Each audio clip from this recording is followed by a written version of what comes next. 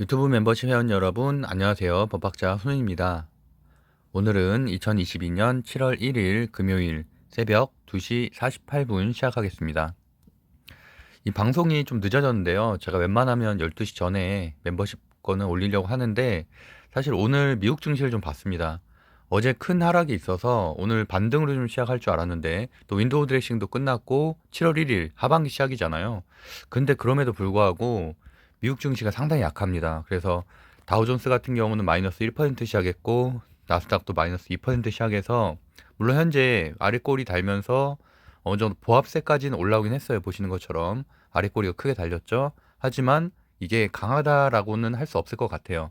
그래서 제가 항상 말씀드렸다시피 시장 상황이 안 좋으면 아무리 강한 테마주라고 해도 성공 확률은 거의 반토막 이하로 떨어집니다. 그래서 당연히 매매 실력이 좋은 분들도 물리기 마련이고 훨씬 더 수익률도 덜 나죠. 저도 마찬가지고. 그렇기 때문에 어떤 주도주 섹터가 있다는 거를 아는 거는 중요하지만 환경이나 이런 시장 상황에 따라서 조심해야 된다. 오히려 이제 이럴 때는 좀 사실은 현금을 좀 보유하고 있는 게 더 그 가격이 더 많이 빠졌을 때 들어가는 게 낫다라는 말씀도 함께 드리고 시작을 하겠고요. 지금 대부분 다 들어오신 것 같긴 한데 그 공지방 제가 만들었잖아요. 그래서 이 커뮤니티 탭에 들어가시면은 공지방 링크가 있거든요. 거기로 비번 쳐서 들어오시면 되고 거기는 뭐 제가 다른 말을 하지는 않고 그냥 제가 업로드하면 새벽이라도 아무 때나 이제 업로드했다라는 공지를 드리고 있습니다. 그리고 리딩방과 비교는 절대 하시면 안 돼요. 그리고 뭐 리딩방은 사실 뭐 수백만 원 받잖아요. 제가 돈이 문제가 아니라 저는 그런 부담 자체를 갖고 싶지 않아서 리딩방을 운영하지 않는 거고 사실 예전에는 제가 지금 보통 이렇게 유튜브 멤버십에선 5종목에서 10종목 사이로 좀 압축해서 말씀드리잖아요. 그리고 당장 시장에 좀 대응할 수 있는 종목들을 말씀드리는데 제가 사실 제 초창기 구독자분들은 알겠지만 초반에는 제가 항상 그렇게 운영을 했었어요. 그냥 정규 방송도 30분 방송이었는데 거의 마지막 부분에는 종목을 다 추려서 그렇게 한 다섯 종목 정도 얘기했고 그 종목들이 대부분 90% 이상 다 급등을 했거든요. 근데 제가 그거를 방송을 사실 바꾸게 된 이유가 지금은 제가 방송 중간중간에 재료 설명하고 뭐 종목 하나 설명하고 막 이런 식으로 하잖아요. 어떤 분들이 가끔 이 제가 방송 올린 제목만 보고 투자를 한다던가 또는 마지막으로 스킵해서 방송 하나도 안 보고 마지막 부분에 그 장표 올린 것만 보고서 투자하는 분들이 그 당시에 있었어요. 그래서 그런 분들이 주식 토론방에 그걸 올리더라고요. 아, 그렇게 했는데 수익이 났다. 감사하다. 전 너무 기분이 나빠가지고 왜냐면 사실 저는 무료로 방송을 하는 건데 그거를 스킵을 해서 그 부분만 쏙 빼나갔다는 느낌이 너무 불쾌하더라고요. 그래서 어쨌든 그 다음 날부터 제가 바로 방송을 다 바꿨습니다. 그래서 마지막에 이렇게 압축해서 종목을 말씀드리지 않고 지금 유튜브 멤버십 같은 경우는 압축해서 종목을 말씀드리잖아요. 근데 그렇게 하지 않고 중간중간에 정규 방송은 볼 수 있는 그래서 사실 정규 방송에서도 어느 정도 유추는 할 수 있지만 아무래도 유튜브 멤버십 회원 여러분 같은 경우는 좀 더 그래도 뭐 로열티가 높고 그래서 어느 정도 하고자 하는 의지가 있기 때문에 제가 조금 더 뭐 강조하는 포인트라든지 제가 이 종목을 선정하게 된 이유에 대해서 자세하게 설명드리는 게 유튜브 멤버십이다 정도 생각하시면 될 것 같아요. 그리고 일단 보시면은 코스피가 상당히 좋지 않은 상황이에요. 그래서 어제 같은 경우는 사실 2%대까지 저는 하락은 나올 줄 알았어요. 윈도우 드레싱 끝났기 때문에. 근데 그래도 2%대 하락은 조금 크다고 생각을 하고 그래서 보시면은 전 바닥이 2306이죠. 그래서 이제 그 종가가 만약이라도 내일 이 종가 기준으로 장중에 이탈도 물론 나쁘지만 종가가 만약에 이탈하게 된다면 신저점이 발생하는 거기 때문에 상당히 좋지 않습니다. 그러면은 다음 주 월요일, 화요일에도 추가적인 하락이 2200선까지도 볼 수 있는 하락이 나올 가능성이 있다. 상당히 주의가 필요하다는 말씀 계속 드리고 있고요.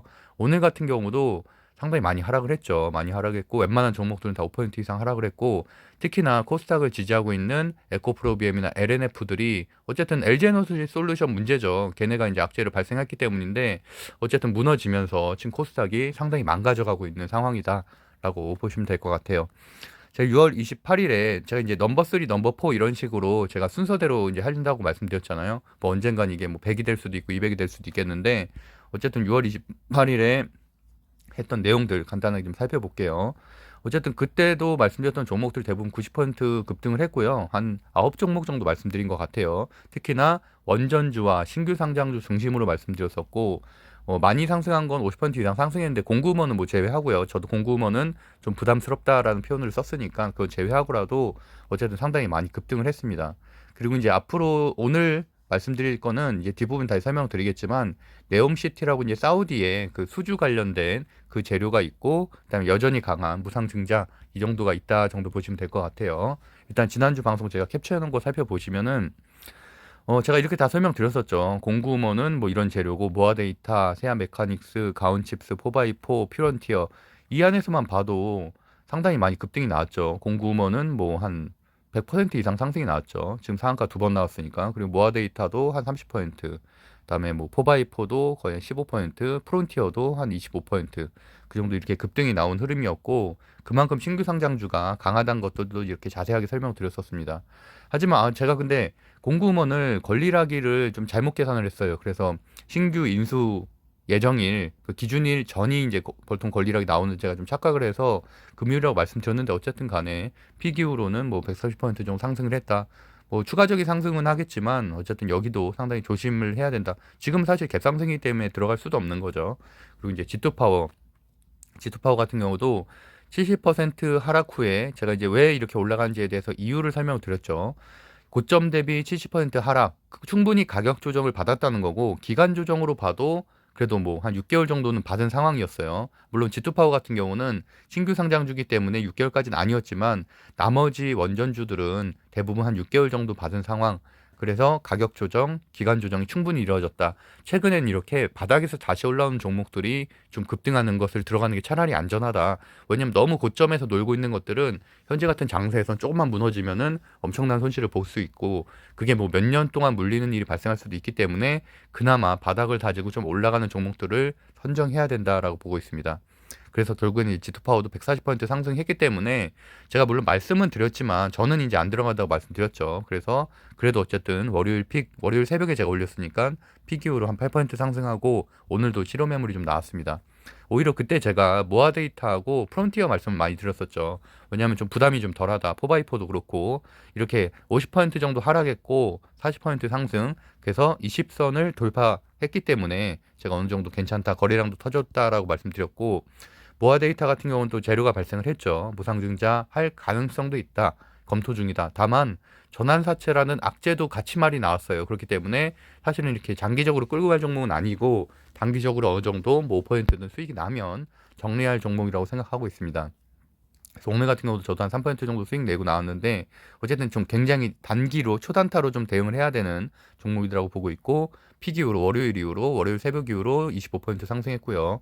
프론티어도 이날 자세하게 설명드렸었죠. 20선 돌파한 것도 얘기 드렸었고요. 자율주행 재료이기 때문에 괜찮다라고 말씀드렸었고 보시면은 35% 상승했습니다.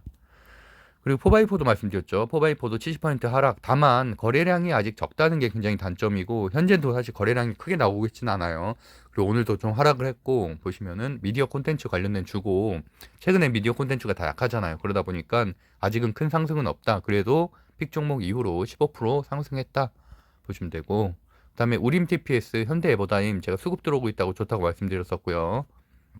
삼부토건 같은 경우 대장주라고 말씀드렸는데 아직은 이제 눌림목 구간이 좀 있는 것 같아요. 그래서 12% 상승했고 현대해버다임은 픽 이후로 15% 상승했고요. 그 픽 탄 날 많이 상승을 했죠. 그날만 한 9% 정도 상승했으니까.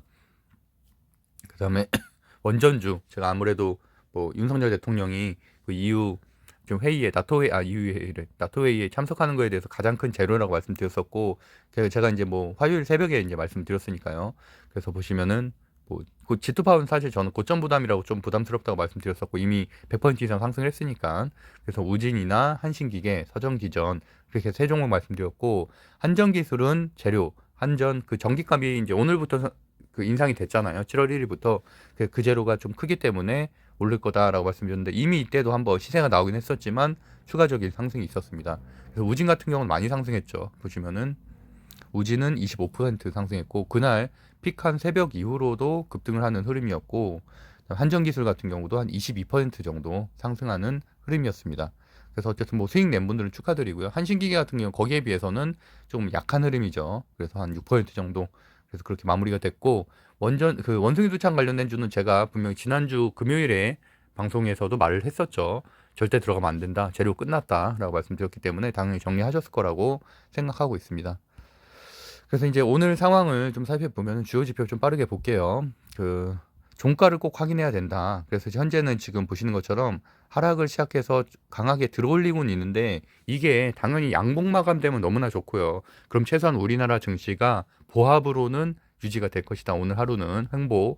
근데 만약이라도 다시 이렇게 무너져서 마이너스로 좀 마무리가 된다면은 우리나라 증시도 추가적인 하락이 있을 것이다 라고 보고 있고요. 필라델피아 반도체 지수가 낮은 게 가장 안 좋은 거죠. 지금 보시면 1월달 고점 대비 이후로 계속 하락하고 있기 때문에 삼성전자가 지금 지수가 방어가 안 되고 있죠. 그래서 삼성전자가 지금 어쨌든 5만 원대만 계속 유지하고 있는데 필라델피아 반도체 지수 결국 업황이 올라가야지만 삼성전자도 다시 올라갈 수가 있습니다. 웬만한 재료가 좀 안 되고 8월 15일에 이제 광복절 사면이 있죠. 광복절 사면에 이재용 부회장이 사면되게 되면은 그때는 뭐 오너리스크는 일단 해제가 되니까 그때는 그래도 6만 원 선을 안착하지 않을까 생각하고 있습니다.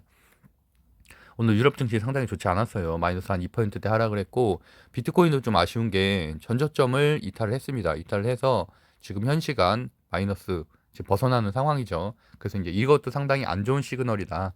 그래서 현재 대외 상황은 상당히 좋지 않다라고 보시면 되고 국채 금리도 소폭 하락했지만 높은 수치, 원달러 환율 이게 가장 안 좋죠. 1,300원 돌파하게 되면 안 좋다고 말씀드렸는데 현재 1,301원 상당히 악재다. 이런 것들이 장중에라도 좀 하락을 해야 될 텐데 좀 걱정입니다. 이 가장 큰 문제라서. 그다음에 원유 가격이라든지 이런 것들은 소폭 하락하고 있는 흐름인데 천연가스가 특히 많이 하락을 했어요. 원자재 쪽도 많이 하락했고. 근데 이런 것들은 긍정적이죠. 아무래도 뭐 관련된 섹터를 가지고 있는 분들 입장에서 아쉽겠지만 당연히 이런 인플레이션이 좀 진정이 돼야지만 주가가 올라갈 수 있기 때문에 이렇게 전체적인 원유 가격이나 이런 것들이 하락하는 것은 시장에는 긍정적이다라고 보시면 될 것 같습니다. 주요 뉴스 제가 아무래도 정규 방송과 다른 거는 굉장히 압축해서 제가 강조하는 것만 보죠.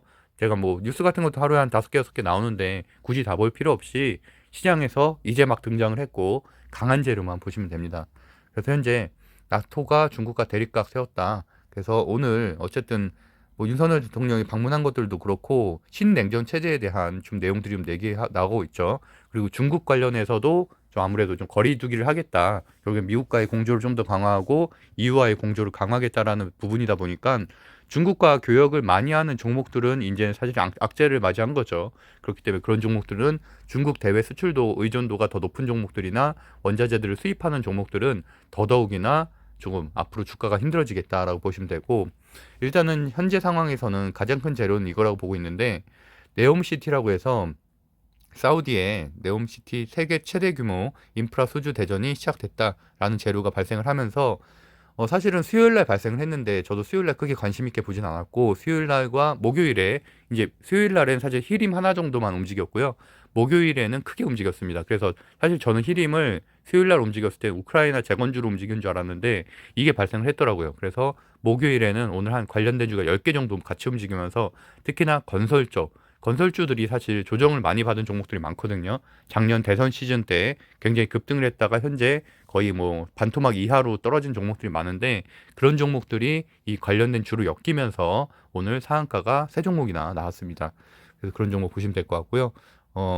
내용은 그거죠. 삼성현대차 그룹이 사업 수주전에 뛰어들었다. 다만 그래서 삼성물산과 현대차가 오늘 소폭 올라갔는데 그래서 뭐 저는 이제 그런 대형주들은 매매하지 않으니까 어쨌든 뭐 이왕 하려면은 어차피 테마주기 때문에 관련주를 해야 된다. 소형주를 해야 된다라고 보고 있어요. 뭐 내용은 이래요. 뭐 사우디에 보면은 네옴시티를 개발하고 있다라는 내용이고 내용을 보면 이게 더 중요하죠. 보시면은 직선도시, 첨단산업단지, 산악관광단지 이렇게 세 개 하는데 2025년에 도시에 필요한 주택, 항만, 철도, 에너지 시설, 대규모 인프라 입찰 그러다 보니까 우크라이나 재건 관련된 주랑도 좀 연결이 되기도 해요. 중복 재료로 연결이 되기도 하고 특히나 뭐 건설 기계, 그다음에 주택, 건설사 이런 데가 가장 큰 재료라고 할 수가 있겠죠. 그래서 오늘 소형 건설사들 중에 세 군데가 움직였고요.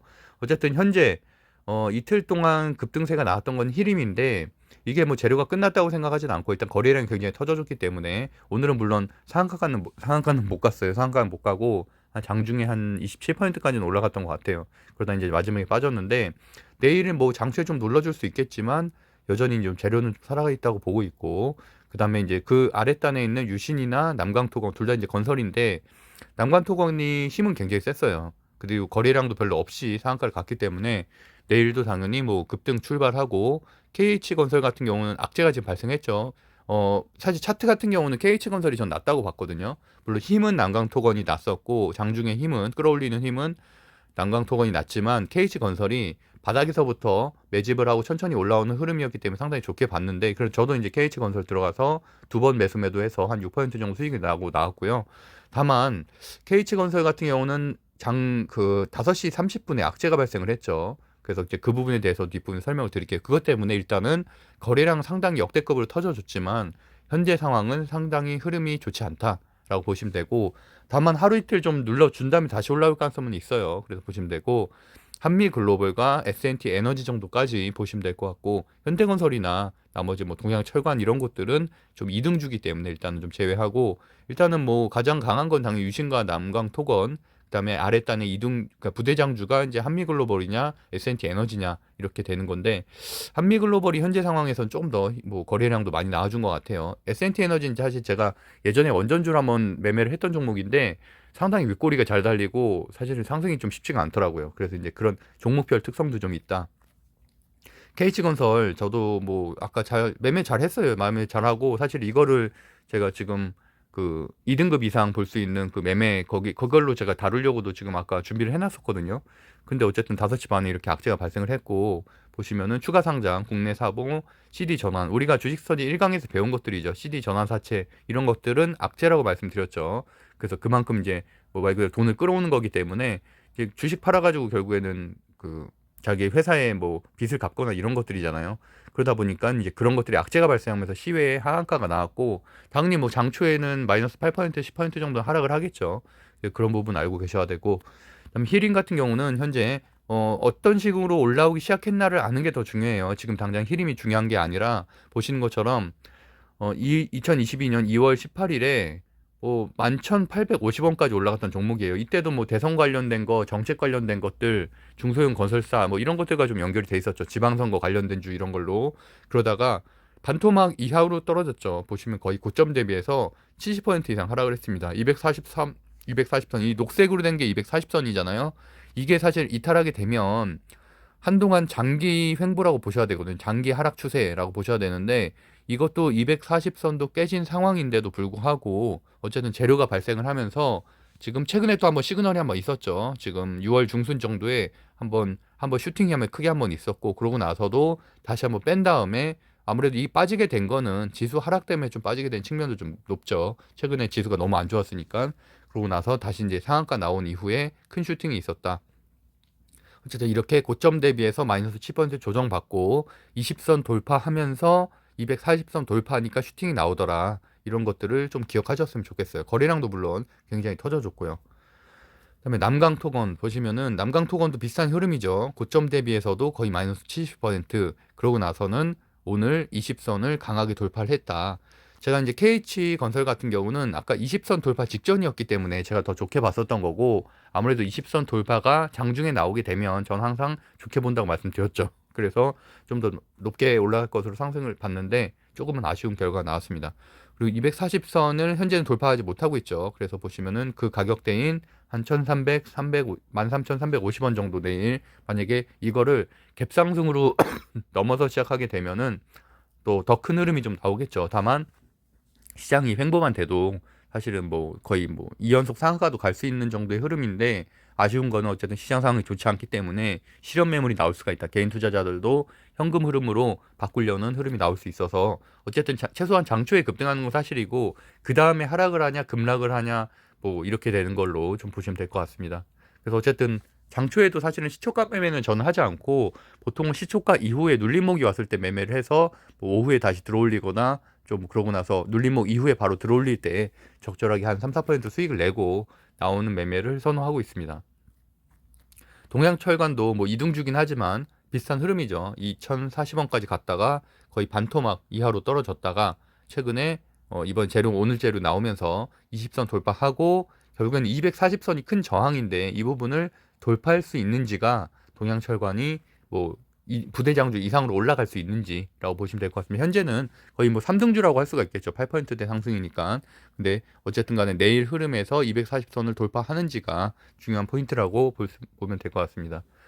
다음 섹터는 이제 무상증자죠. 결국에는 오늘 아까 말한 대로 네옴시티하고 이제 무상증자 두 개만 보시면 된다고 했고, 뭐 무상증자는 사실 제가 여러 번 워낙 최근에 많이 설명드렸기 때문에 우리가 같이 매매를 했었던 노터스라든지 모트렉스라든지 이런 데서도 여러 번 설명드렸었고, 이번에도 주식서지 1강 때 좀 내용을 많이 보완하려고 합니다. 아무래도 이번에 좀 좋은 결과도 있었고 이번에도 매매를 하면서 좀 여러 가지를 느꼈기 때문에 그런 내용 좀 추가하려고 하고 있어요. 일단 현재 상황에서는 뭐 당연히 노터스나 이런 건 이제 볼 거 없고, 공구음원과 실리콘2, 조광 ILI, 그다음에 모아데이터 정도 보시면 돼요.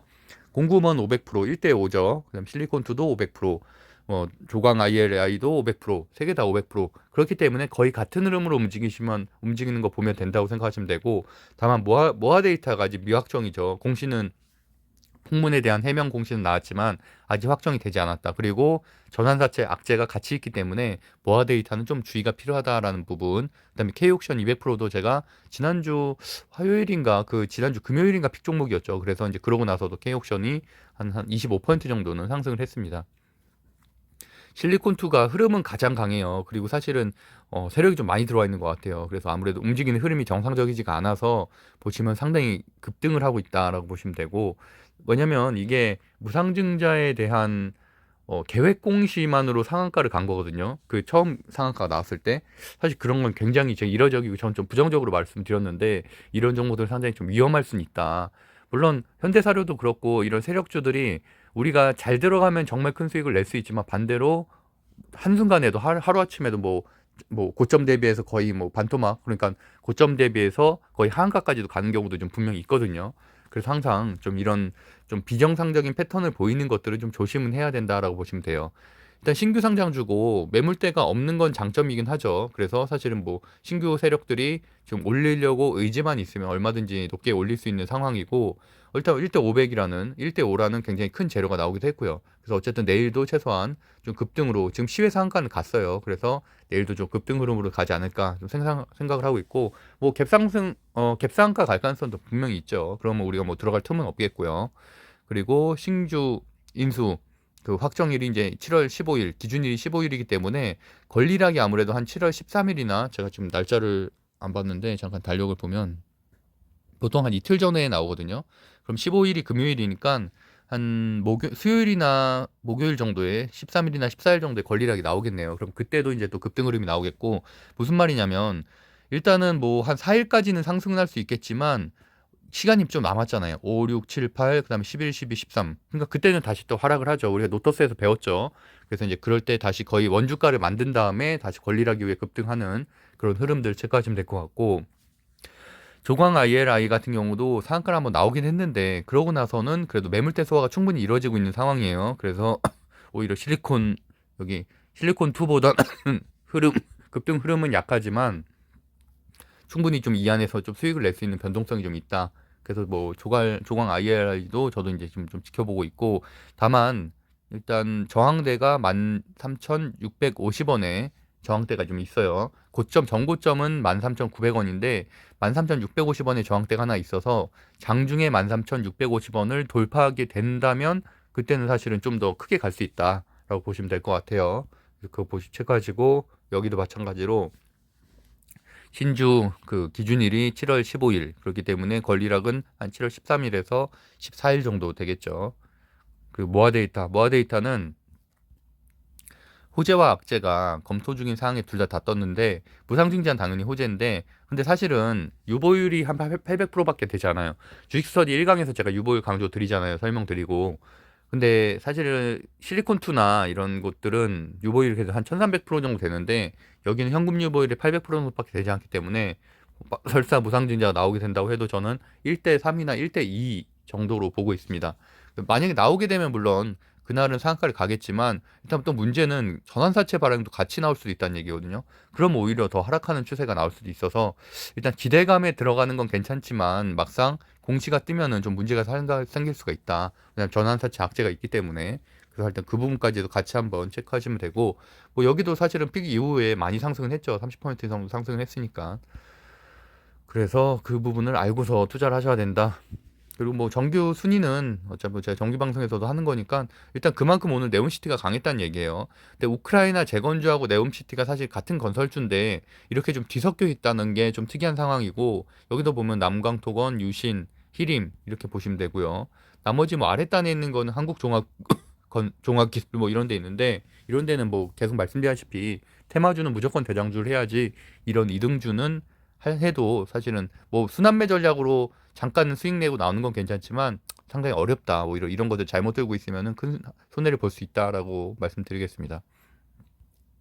뭐 이 정도로 보면 될 것 같네요. 그 공지사항 업로드 그 저희 아까 말한 대로 게시판에 올려놨으니까 유튜브에 보면은 커뮤니티라고 써 있는 데 있거든요. 거기에 링크 있으니까, 또는 고정 댓글에 보시면은 뭐 확인하실 수 있으니까 보면 될 것 같아요. 그래서 어쨌든 우리가 오늘도 공부를 했는데, 멤버십 공부 종목은 당연히 추천 리딩 아니죠. 그래서 뭐 제가 매수가나 매도가나 이런 거를 따로 설명드리진 않고, 어쨌든 저는 개인적으로는 소주도 리딩방도 굉장히 불신하고 있는 사람 중에 하나고, 그런 것들은 결국엔 끌려다니기만 하고, 사실 그런 데서 수익 난 분들도 저는 보지 못했어요. 뭐 제 주식 강의 들어오는 분들 중에서 그런 수천만 원짜리 들어갔다가 돈 다 날리고서 주식 강의 들어온 분들도 있었으니까, 어쨌든 모든 책임은 개인 투자자 본인에게 있다는 부분 다시 한번 확인해 주시고요. 어쨌든 제가 멤버십 이제 강의를 4번째 올리고 있는데, 앞으로도 지금 일주일에 한두 번 정도, 장이 굉장히 좋지 않을 때는 한 번 정도로 하려고 하고, 그래도 오늘 같은 경우도 사실 올릴까 말까 좀 고민을 하다가, 그래도 조금 현재 이 네온시티 그 주제가 좀 강하기 때문에 좀 언급을 드려야 될 것 같아서 일단 좀 방송을 했습니다. 하여튼 오늘도 행복한 하루 보내시고요. 저를 믿어주신 만큼 저도 그래도 양질의 콘텐츠로 저 보답할 수 있도록 노력하겠습니다. 네, 감사합니다.